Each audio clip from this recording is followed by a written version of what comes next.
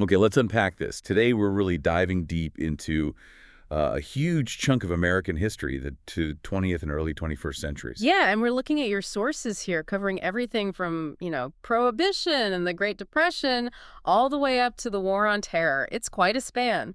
It really is. So our goal here, for you listening, is to kind of trace these cycles we see again and again. Crisis, then recovery, these big moral pushes, and then maybe the real costs of becoming this global superpower. Absolutely. And it kicks off with this real paradox, doesn't it? It's kind of staggering. America comes out of World War I victorious, looking incredibly powerful on the world stage. 1918. Peak power, you might say. And then, almost immediately, they bring in Prohibition, this strict nationwide ban on alcohol. Followed not long after by the biggest economic meltdown in modern history. It's quite the sequence. That tension is key, isn't it? This idea that you can just legislate morality, and then the shock when, well, economics and human nature just don't play along. Exactly. It sets up that initial massive crisis. So let's talk about the two big characters of that early period. You've got the stock market crash in '29, just wiping out fortunes, creating total desperation. And on the flip side, because of Prohibition, you get these figures like Al Capone rising up, running these huge criminal empires. Right, and blurring the lines, weirdly, between being a crime boss and, for some people, almost a civic figure. It's wild. So yeah, let's start with the 18th Amendment. The soldiers come back from WWI, and instead of a beer, they get a ban. Passed in 1919. It basically outlawed making, selling, or even transporting alcohol.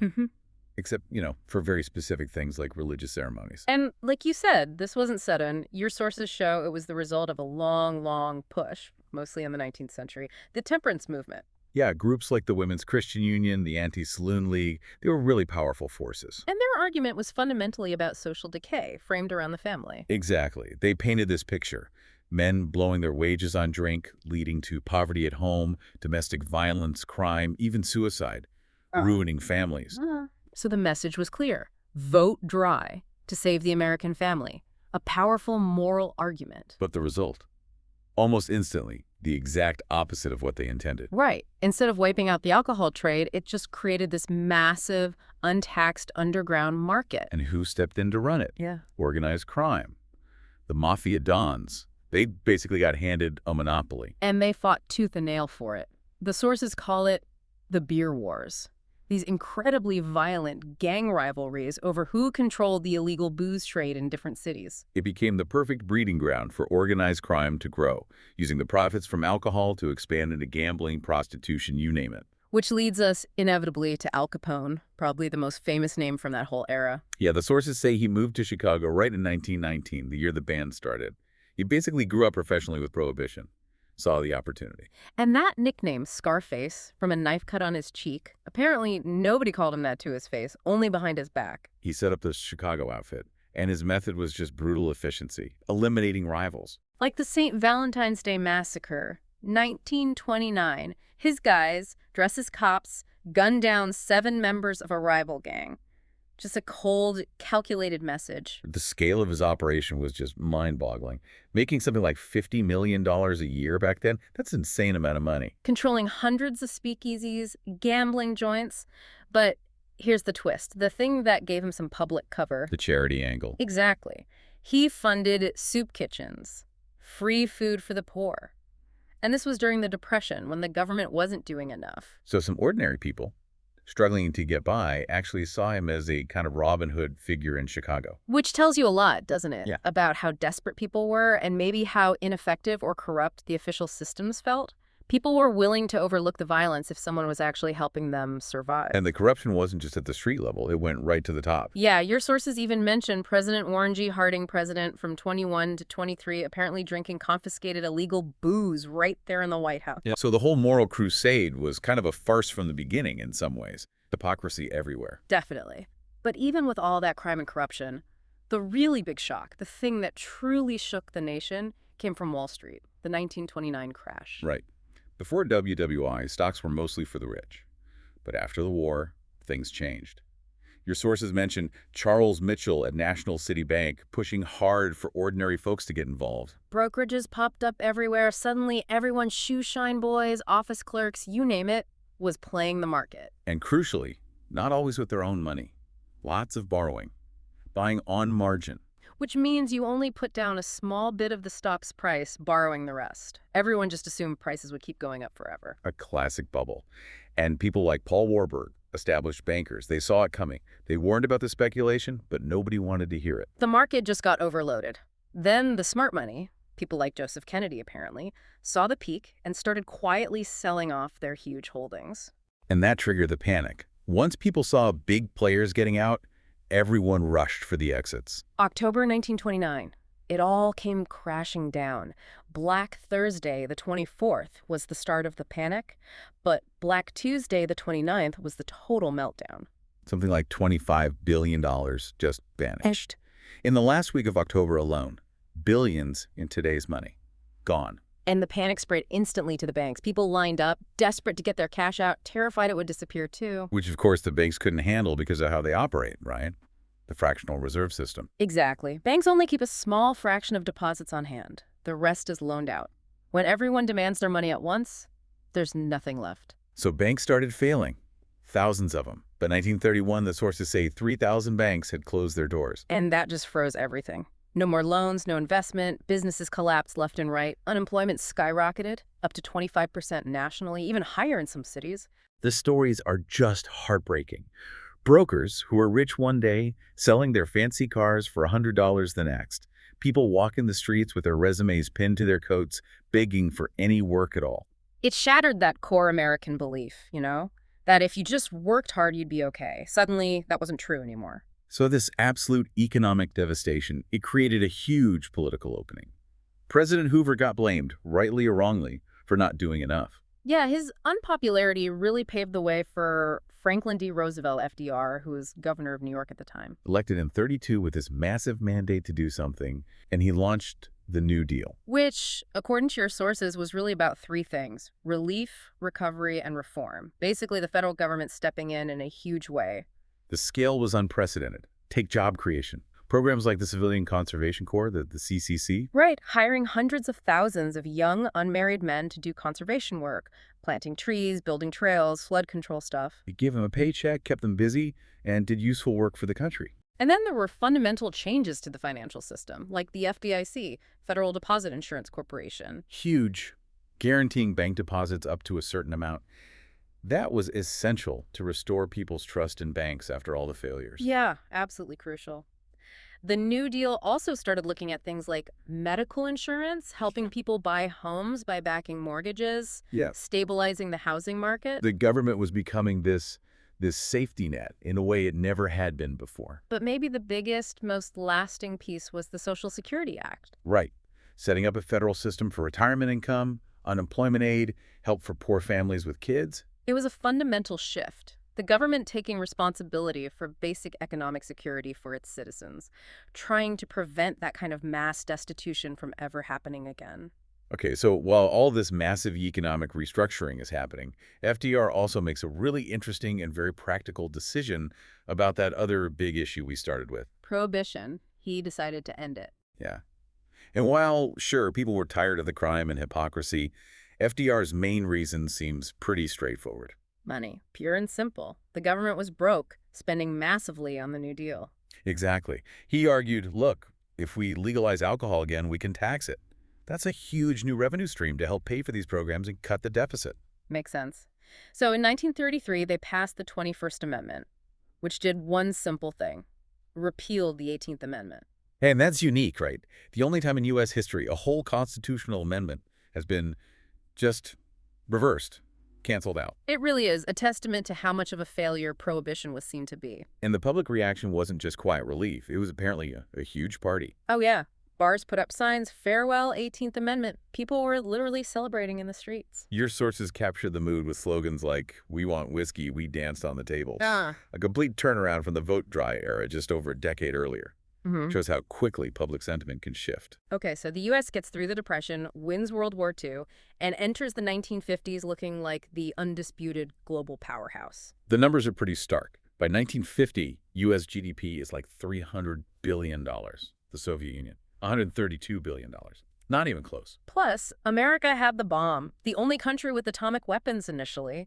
And all these new international institutions, the UN, IMF, World Bank, they're based in the U.S., giving it enormous influence. But that feeling of total dominance wouldn't last long. 1949 hits, and it's a huge shock. The Soviets test their own atomic bomb years before anyone in the West thought possible. And immediately the suspicion, or the claim, was that they hadn't figured it out entirely on their own, that they'd stolen U.S. secrets. Specifically, designs from the Manhattan Project at Los Alamos. That was the allegation. Which raises a question. How solid was that espionage evidence? Or was it maybe convenient for fueling fear at home? That's a really important point.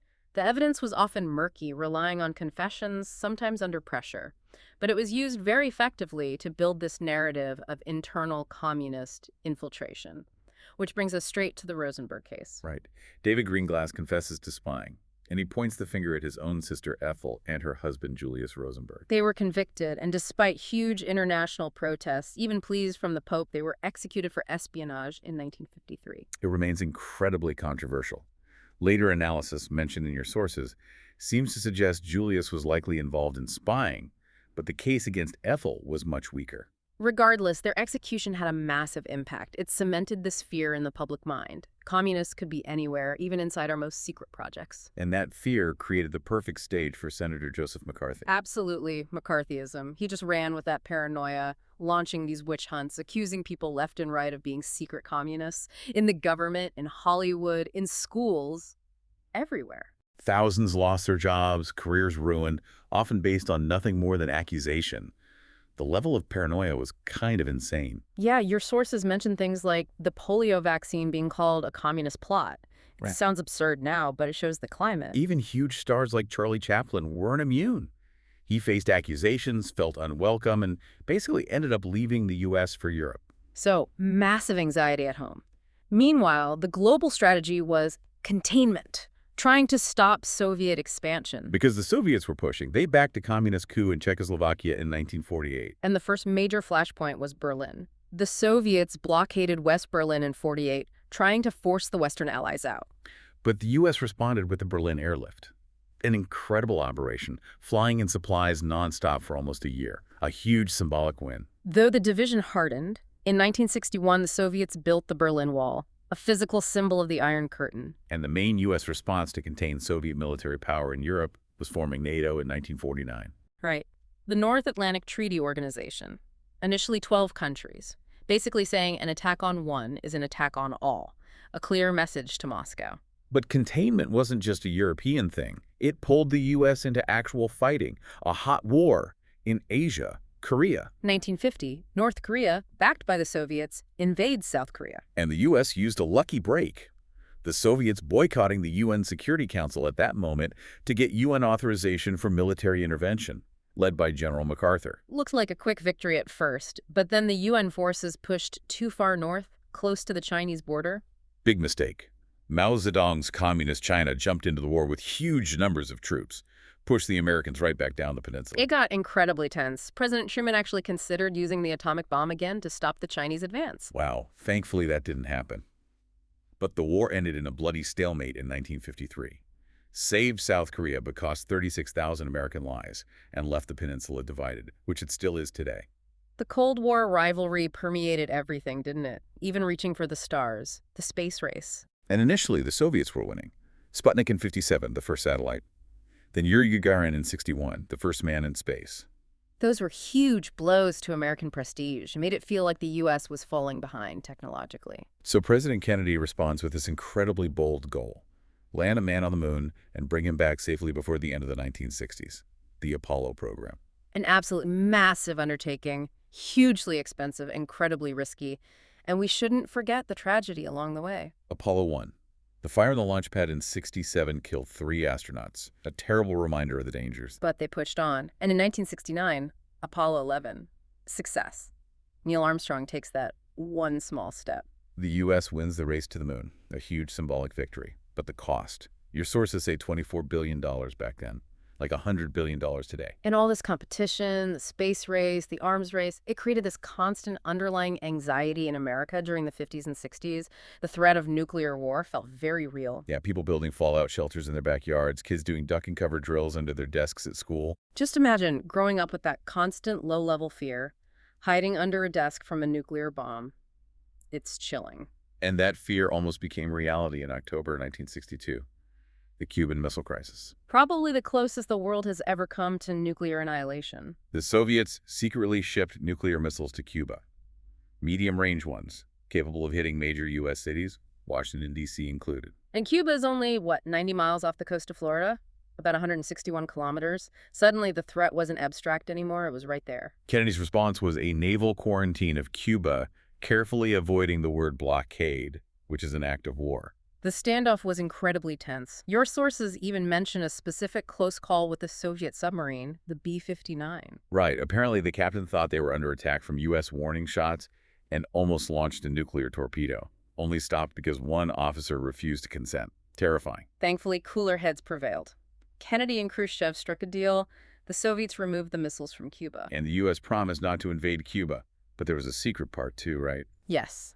The U.S. quietly agreed to remove its own Jupiter missiles from Turkey, a quid pro quo that wasn't made public at the time. Both sides stepped back from the brink. So while the U.S. is dealing with these global existential threats, there's this huge internal struggle happening over basic human rights. It's the Civil Rights Movement. Yeah, a century after the Civil War supposedly ended slavery, you still had Jim Crow laws enforcing brutal racial segregation, mostly in the South.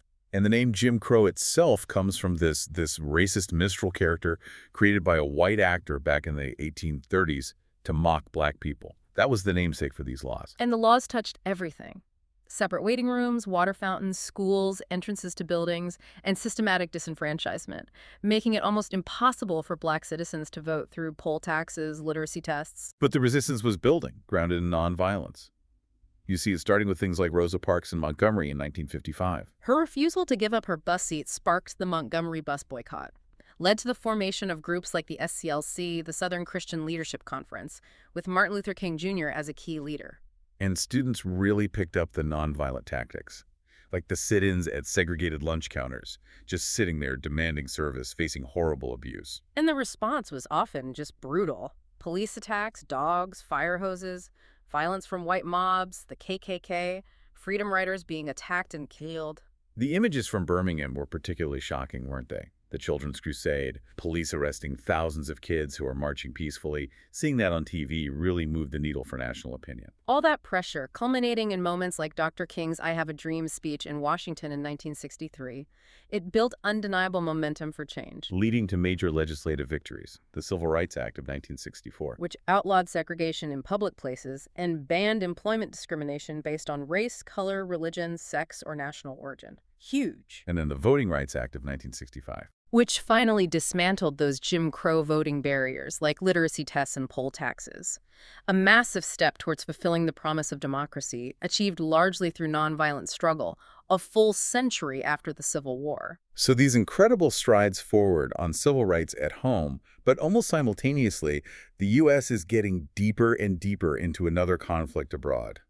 Vietnam. Yeah, by 1963, there were already 17,000 U.S. military advisors in South Vietnam. Involvement was already significant. But the big escalation, the move to full combat troops and massive bombing, that hinged on the Gulf of Tonkin incident in 1964. Right. President Johnson used reports later shown to be dubious, possibly false, of North Vietnamese attacks on U.S. ships to get Congress to pass the Gulf of Tonkin resolution. Which basically gave him a blank check to take all necessary measures. Opened the door for massive troop deployment starting in 65, bombing campaigns like Operation Rolling Thunder. And for a few years, the government kept saying, we're winning, there's light at the end of the tunnel. But then came 1968, the Tet Offensive. Huge turning point. The North Vietnamese and Viet Cong launched coordinated attacks across South Vietnam, even hitting the U.S. Embassy in Saigon. Militarily, Tet was actually a failure for the North. They took heavy losses. But psychologically, it was devastating for the U.S. war effort. Because Americans watching TV saw the fighting happening at the embassy, completely shattered the narrative that the enemy was on the ropes and the war was almost over. Public support started to plummet. And as the war dragged on with mounting casualties and frustration, you started seeing terrible breakdowns in morality, like the My Lai massacre. March 1968, U.S. soldiers killing hundreds, 400, 500, maybe unarmed Vietnamese civilians, women, children, old men, just horrific. And the initial cover-up, then the incredibly light sentence for the officer in charge, Lieutenant William Calley, basically house arrest, it just screamed that something was deeply wrong. A profound moral failure. All of this, the sense the war was unwinnable, the rising death toll, the atrocities like My Lai fueled a massive anti-war movement back home. Led largely by students, huge protests, 100,000 people marching in New York in '67, it became a powerful force. But the country was tearing itself apart over it. Protests sometimes turned violent. Kent State University in 1970. National Guardsmen firing into a crowd of student protesters, killing 4. And there was a strong counter-reaction, too, the hard hats. Right. Pro-war construction workers, often clashing violently with anti-war protesters. They felt the students were disrespecting the troops, being unpatriotic. Deep divisions. This is the mess Richard Nixon inherited when he became president. He wanted out, but he wanted peace with honor, a way to withdraw without looking like a total defeat.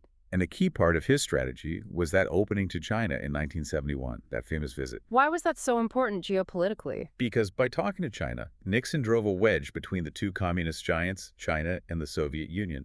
It isolated North Vietnam diplomatically, making them more willing to negotiate. Clever geopolitics. So the Paris Peace Accords are signed in 1973. U.S. combat troops pull out quickly. But it wasn't peace.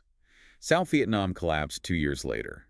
The fall of Saigon in 1975, those iconic images of helicopters evacuating the embassy roof, that really symbolized the end. The first major military defeat in U.S. history. And it had lasting consequences for the military itself. Definitely. The experience was so traumatic, especially the public backlash against returning soldiers and the war itself, that the military changed how it planned to fight. No more draft, a move towards an all-volunteer force, and a much heavier reliance on technology drones, precision bombing, armored vehicles to minimize American casualties and hopefully avoid that kind of public opposition in the future. Okay, so after the turmoil of Vietnam and Watergate, the U.S. enters the 1980s with Ronald Reagan and a big economic shift. Reaganomics. Based on supply-side theory, sometimes called trickle-down economics, the core idea: cut taxes, especially for businesses and the wealthy. The argument being that this would unleash investment, create jobs, boost the economy, and eventually the increased growth would generate enough tax revenue to balance the budget, even with lower rates. And the results, in terms of raw growth, were pretty dramatic. The GDP shot up significantly during the 80s. Huge stock market boom. Rise of new industries like personal computing really taking off with Microsoft Windows. But your sources also point out the downside. Big cuts to social programs, things like housing support, healthcare funding, and the gap between the rich and poor widened considerably. That trickle-down didn't necessarily reach everyone equally.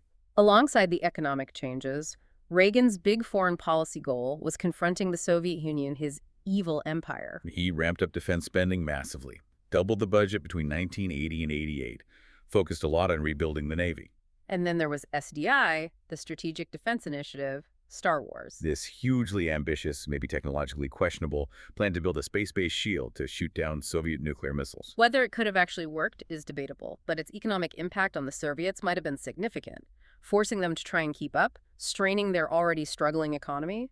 Reagan also used proxy wars, Afghanistan being the key example. He saw it as the Soviets' Vietnam. And the U.S. funneled weapons through Pakistan to the Mujahideen fighters resisting the Soviet invasion. Most famously, the Stinger missiles. Yeah, those shoulder-fired anti-aircraft missiles. Your sources say they downed something like 270 Soviet aircraft, made it incredibly costly for the Soviets to operate there, a major factor in their eventual withdrawal in 1989. So you have this combination of economic pressure, the arms race, internal problems in the Soviet Union under Gorbachev, the failure in Afghanistan. It all leads to the The fall of the Berlin Wall in '89, a hugely symbolic moment. Then the formal collapse of the Soviet Union itself in 1991. And just like that, the Cold War was over. The U.S. stood alone as the world's sole superpower, a position of unprecedented global dominance. But that unipolar moment, as it was sometimes called, didn't last long before a new kind of threat emerged, 9/11 happens. And President George W. Bush declares the global war on terror, which leads fairly quickly to the decision to invade Iraq in 2003. The public justification, the reason given to the world, was weapons of mass destruction. WMDs. Right. The claim, pushed hard by figures like Defense Secretary Donald Rumsfeld, was that Saddam Hussein had these weapons and could give them to terrorists. Rumsfeld called the intelligence a smoking gun. But this justification faced huge skepticism internationally. Massive protests around the world. No blood for oil. Key allies like France and Germany refused to join the invasion. Remember Freedom Fries? That petty renaming in the U.S. Congress cafeteria because France wouldn't support the war shows the tension. Despite the opposition, the invasion went ahead. Quick military victory, Saddam toppled. Bush gave that mission accomplished speech. But then, almost immediately, a brutal insurgency erupted, and the main reason for the war started to unravel. The weapons inspectors went in, the Iraq survey group, 1,400 people searching. They found nothing. The head of the group, David Kay, went before Congress and said flat out the intelligence assumptions were wrong, there were no WMD stockpiles, and the 9/11 Commission later found no real link between Saddam and al-Qaeda either. So the whole premise crumbled. The administration then shifted its reasoning. Now it was about removing a dictator, bringing democracy. And internally, blame got shifted.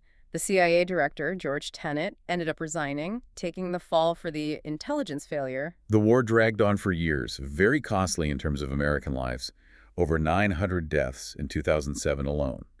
It only really ended when Barack Obama, elected partly on a promise to end the war, oversaw the final withdrawal in 2011. #outro. You know, looking back across this whole sweep of history from your sources, what really jumps out is this constant theme of unintended consequences. It's almost predictable. Yeah, prohibition is meant to clean up society, but it empowers gangsters and fuels corruption. The Cold War drives amazing tech like the moon landing, but also creates nuclear terror and leads to disastrous wars like Vietnam based on flawed ideas. Exactly. And then you get to Iraq, the invasion justified by WMDs that weren't there. It reinforces this pattern. The U.S. exerts massive power, often based on reasons that either shift or just fall apart later. And all through it, there's this internal struggle too, right? Defining what America is. Fighting over economics in the Depression, fighting over basic rights in the Civil Rights era, while also fighting these huge global conflicts. It seems the sheer effort, the cost, the compromises involved in being a global leader almost always means sacrificing some of the original ideals along the way. That gap between the aspiration and the messy reality feels like the defining story here. We started this deep dive in the 20th century, focusing there. But if you zoom out even further, back to the very beginnings of the European presence, your sources bring up Columbus. Right. His goal was basically greed, find gold, find a quick route to Asia, simple avarice and expansion. But the result? He opened the door to catastrophe for native populations. Some call the American Holocaust in places like Hispaniola, later in Virginia. Mass death, dispossession. So his initial motive, maybe framed one way, led to this horrific outcome. Does that pattern echo later? Entering wars like Vietnam based on the Tonkin incident, or Iraq based on WMD's pretexts that don't hold up, leading to immense human cost. Is there a kind of continuity there, this tendency for grand goals to get tangled up with destruction and dispossession? That's definitely something heavy to think about. A question for you, the learner, to take away and mull over. Yeah, a deep question indeed. Well, thank you for joining us for this deep dive into your sources. We'll catch you next time.